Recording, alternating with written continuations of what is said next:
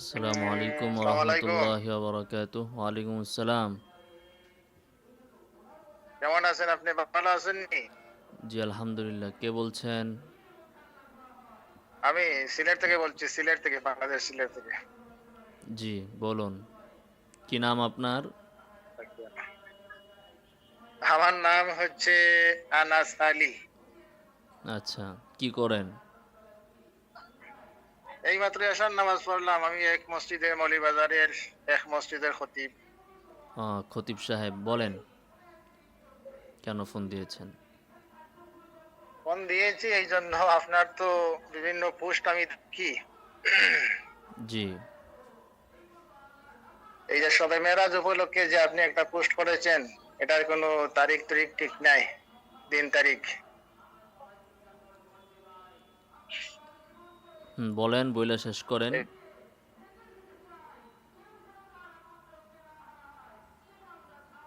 বলে শেষ করেন, কি প্রশ্ন কি?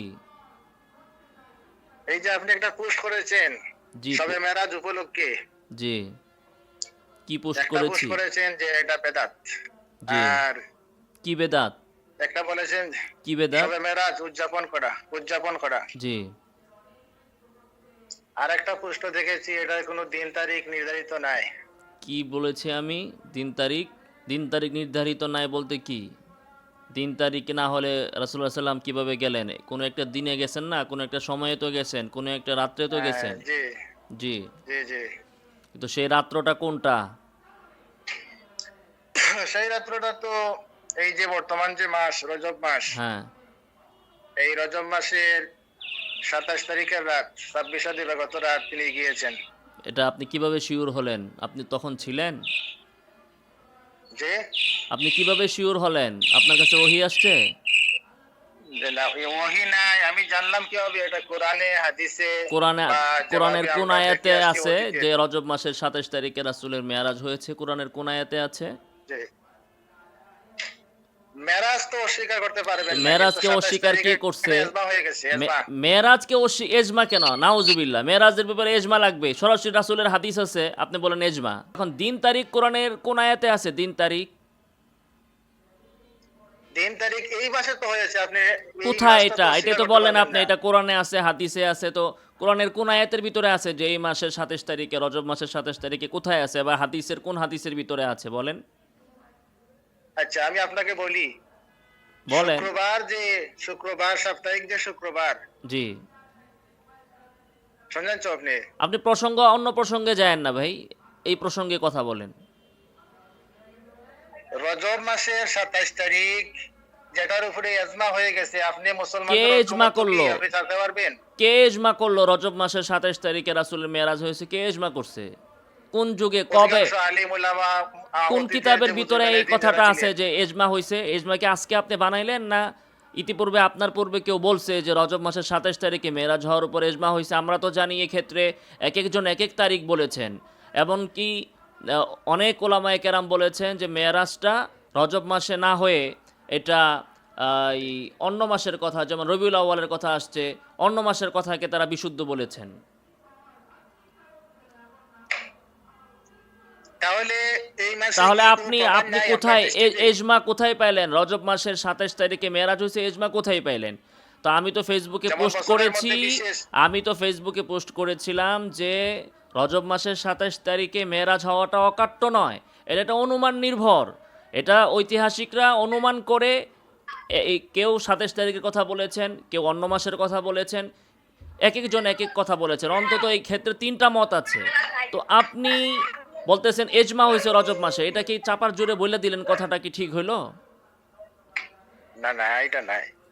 চাপার জোরে আমি যে বইলা এবং দিলেন রজব মাসে এজমা হইছে, তো মেরাজ কবে হইছে এইটাই আপনি জানেন না। ফোন দিয়েছেন আমার সাথে তর্ক করার জন্য। মেরাজের না না, তারিখ এই নিয়া মাসে মেরাজ হইছে, আপনি কি অস্বীকার করতে পারবেন? অবশ্যই এই মাসে রজব মাসে ২৭ তারিখে মেরাজ হওয়ার সপক্ষে শক্তিশালী কোনো দলিল নাই। আচ্ছা, আমি আপনি কি আপনাকে দলিল আপনি কি দলিল অবশ্যই দিব। দিতে পারবেন আমি নাকি যে এই মাসে মেরাজ হইছে? অকাট্য দলিল দিতে আমি পারবেন? আপনাকে সবগুলা দলিল দিয়ে আমি আবার আপনাকে ফোন দিচ্ছি। আমি দলিলগুলো রেডি করে আপনাকে আমি ফোন দিচ্ছি। দলিল আর ফোন দেওয়ার দরকার নাই আপনার, ঠিক আছে? এবার আপনার দলিল আপনি পড়েন, আমি আপনাকে বইলা দিতেছি। এবার শুনেন আপনি আমার কথা। রাসূল সাল্লাল্লাহু আলাইহি ওয়াসাল্লামের মেরাজ অকাট্য। কিন্তু মেয়ারাজ কবে হয়েছে এই বিষয়ে অকাট্য কোনো দলিল নাই। দলিল নাই কেন? যেহেতু সাহাবায়ে কেরাম এই দিবস পালন করেন নাই। যদি সাহাবারা আপনার মতো প্রতি বছর রজব মাসের 27 তারিখে মেরাজ পালন করতেন, তাহলে এটা হাদিসের কিতাবে থাকতো, এটা নিয়ে কোনো দ্বন্দ্ব থাকতো না। যেমন শাওয়াল মাসের 1 তারিখে ঈদ উল ফিতর করেন, তারপরে ঈদ উল আজহা করেন এই জিলহজ মাসের 10 তারিখে, এ বিষয়ে কোনো ইখতিলাফ আছে? ইখতিলাফ নেই। কথা শুনেন, আপনি সব কিতাব পড়া যেটা পাইবেন সেটা আমি এখন আপনাকে বলে দিতেছি 1 মিনিটের ভিতরে। তো এই যে ইখতিলাফ হওয়ার থেকেই বোঝা যায় যে সাহাবায়ে কেরাম মেরাজ উদযাপন করেন নাই। উদযাপন করলে তো তার একটা তারিখে করতেন, তারিখটা নির্ধারিত থাকতো, যেমন আপনারা করেন। এখন আমি বলতেছি, আপনি শুনবেন, আপনি শুনবেন। এখন হচ্ছে বিষয় যে এটা কোনো নির্ধারিত কোন তারিখে হয়েছে এই বিষয়টা ইখতিলাফপূর্ণ। এই ক্ষেত্রে অন্তত তিনটা অভিমত আছে। তো আপনি রজব মাসের 27 তারিখে যে করলেন, এটা তো একটা সম্ভাব্য তারিখ। বাকি দুইটার ভিতরে করেন না কেন? রবিউল আউয়াল মাসে করেন না কেন? বা অন্য আরো যে তারিখগুলো আছে সেখানে করেন না কেন আপনি? এটাকে কিভাবে প্রাধান্য দিলেন? শুনেন, আপনি কি এই হাদিস পেয়েছেন বছরে 5টা রাত্রে দোয়া কবুল হয়, এর মধ্যে মেরাজ শরীফের রাত একটা? কোন হাদিসে, কোন কিতাবের হাদিসে বলেন? ইন্নাদ দুআ উস্তাজাবু ফি খামসিল লায়াল আউয়ালু আবার বলেন, আবার বলেন তো, আবার বলেন, এটা পেয়েছেন? আবার বলেন তো। ইন্নাদ দুআ আপনার তো ইউস্তাজাবু হাদিসের আবারও সহি হয় নাই। হাদিস তো আপনি ভুল পড়তেছেন। ইন্না দোয়া উ কিভাবে হয়? এটা তো যারা না হাবিমির পরে তারাও জানে। ইন্না দোয়া আ হবে, ইন্না এটা হরফে মুশাব্বাহ বিল ফেল। তা আপনি মুস্তাজাব, ওইটা তো ভুল বলতেছেন। ইন্না দোয়া মুস্তাজাবুন। যাই হোক, আরবি আবার ওটা ঠিক মতো পড়েন নাই। এটা কোন কিতাবের হাদিস? কোন কিতাবের হাদিস এটা? এটা বছরে 5টা রাত্রে দোয়া কবুল হয়। এই হাদিসটা কি হাদিস মানে তো কথা, এটা কি নবীর কথা না আপনার কথা? এটা তো রাসূলুল্লাহর বাণী। রাসূলুল্লাহর বাণী। এটা রাসূল থেকে কে শুনছে? আপনি শুনছেন সরাসরি? আপনি কি রাসূলুল্লাহর এই হাদিস কি আপনি সরাসরি শুনছেন?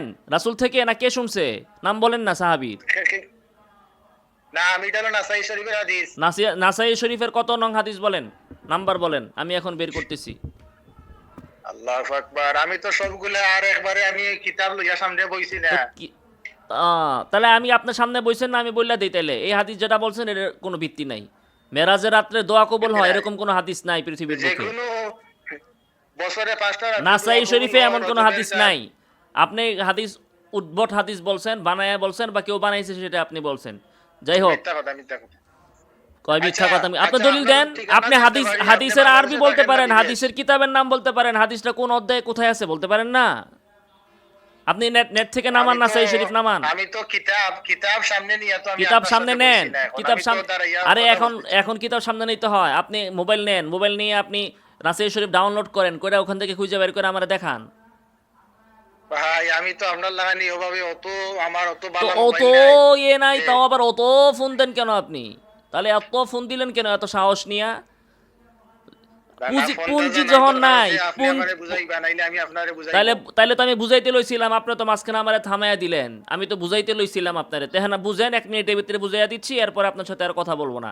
বিষয় হচ্ছে যে রাসূল সাল্লাল্লাহু আলাইহি সাল্লাম মেয়ারাজে গিয়েছেন, কিন্তু মেয়ারাজ একবার তিনি গিয়েছেন, ওই পর্যন্তই শেষ। মেয়ারাজের রাত্রিতে উম্মতের জন্য কোনো কিছু করার নাই। রাসূল সাল্লাল্লাহু আলাইহি সাল্লামও তার পরবর্তী জীবনে কখনো মেয়ারাজের রাত্রে সাহাবায়ে কেরামকে নিয়ে বলেন নাই যে আজকে মেয়ারাজের রাত্র, আসো আমরা 2 রাকাত নামাজ পড়ি, কোরআন তেলাওয়াত করে এটা করি সেটা করি। রাসূল জিন্দিগিতে সাহাবায়ে কেরামকে বলেন নাই যে ওনার মেয়ারাজটা কোন মাসে হইছে, কোন তারিখে হইছে।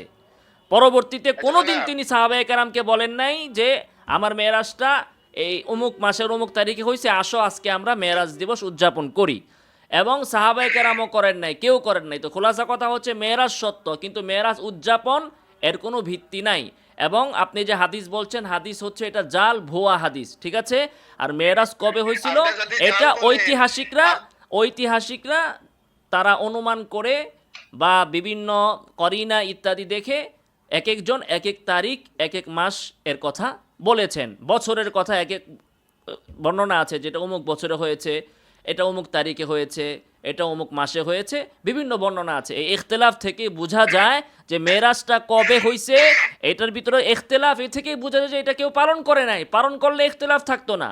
বাংলাদেশে আপনি জানেন যে বিজয় দিবস কবে হয়? স্বাধীনতার দিবস কবে হয় সবাই জানে। কেন জানে? যেহেতু ওই দিবসটা পালন করা হয়। যদি ইখতিলাফ থাকতো, যে কেউ বলতো বিজয় দিবস এইটা, কেউ বলতো ওইটা, কেউ বলতো ওইটা, তাহলে বোঝা যেত যে বিজয় দিবসটা শুরু থেকে পালন করে আসা হয় নাই, পরবর্তীতে হঠাৎ এটা পালন করা শুরু হয়েছে। আশা করি আপনি বুঝতে পেরেছেন। খতিব সাহেব আরও রিসার্চ করবেন, সহি জ্ঞান অর্জন করবেন, জাল হাদিস না সহি হাদিস সেটা বুঝে তারপরে মানুষকে বুঝাবেন, না হলে নিজেও ধ্বংস, উম্মতকেও গুমরা করবেন। আল্লাহ তাআলা হেদায়েত দান করুন, আমিন। ভালো থাকে।